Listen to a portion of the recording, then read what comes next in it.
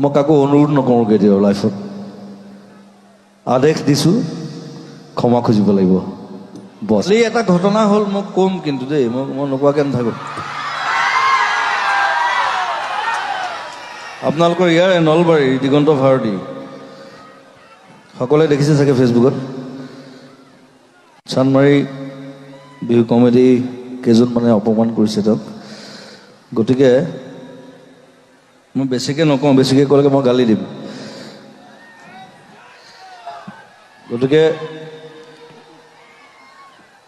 কথাটো কওঁ যে সেইটো হ'ব নাপায় আৰ্টিষ্টৰ লগত আৰু তেওঁ